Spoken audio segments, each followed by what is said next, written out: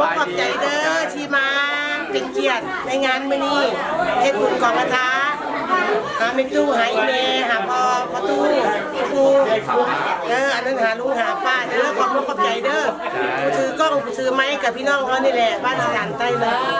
ขอบใจหลายๆที่มาสร้างมาไว้ก็คือหาถามตรงๆจำรัดเรียกว่าสังฆทานในสองอย่างนี้สังฆทานพระพุทธเจ้าตัดผิดสังฆทานประเสริฐบัวปฏิฆะปฏิบุคลิทานเป็นอามิสทานมีสองอย่างคือปฏิบุคลิทานให้โดยเจาะจงตัวหนึ่งสังฆทานให้แก้ภาพภิกษุสงฆ์ผู้ประพฤติปฏิบัติในธรรมวินัยโดยบ่เฉพาะเจ้าสงฆ์ตัวหนึ่งอย่างนี้ตั้งแสดงมานี้อันหนึ่งอันนี้สงฆ์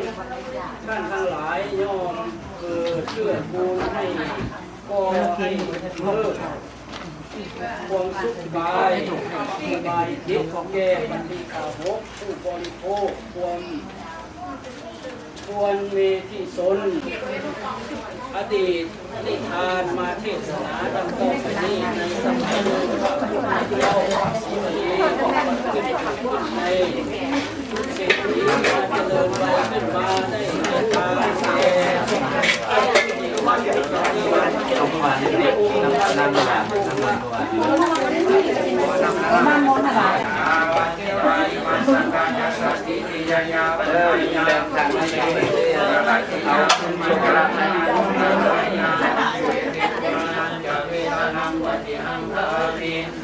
วันจะเวทนานาอุปาทิสามิกายจะจิตมันสติอนาสกายจะจิตสุขาติยังต่อเราสิ่งเยอะพี่น้องเลยสุขภาพก็ไม่เป็นไรว่าสยองสยสุสยมังคะเล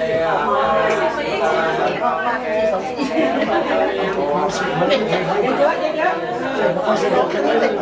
ช่วงนี้ไม่เด้ออย่างนี้วันเดี๋ยวมันจ่ายมันเดี๋ยวมันใส่คนเห็นหรือคนนับคนเห็นหรือคนทับสิ่งที่กระยังนำโมกุไทยยังเป็นเสียงกับการสนใจก็สามารถจะยังไงทั้งหลายพวกนี้ช่วงนี้มาใกล้วันเพราะกรรมังปัทาคินังปัทาคินังมโนกรรมังปณิทิเตปัทาคินังปัทาลงมาได้มือนับตื่นได้เงินแฉในวันนี้เด้อรับด้วยทุกคนนะรับด้วยทุกคนเด้อมันไปรวยรวยอยู่ในนั้นเด้อตาปลากับตาเอ้ยกำมอนนางแก้ววันนี้นบ่าวนาสาวพร้อมด้วยเพชรสมรและแก้วอุดรได้มาทำบุญกุศลเพื่อทรงให้ดวงวิญญาณแก่แม่ตู้ตา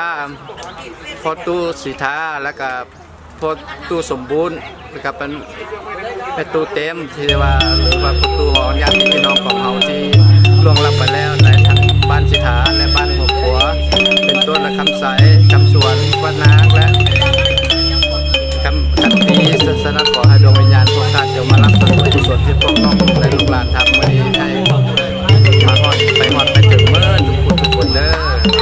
อขอบใจเมื่อพี่น้องที่มาร่วมในพิธีทำบุญกุศลครั้งนี้ทั้ง2 มื้อ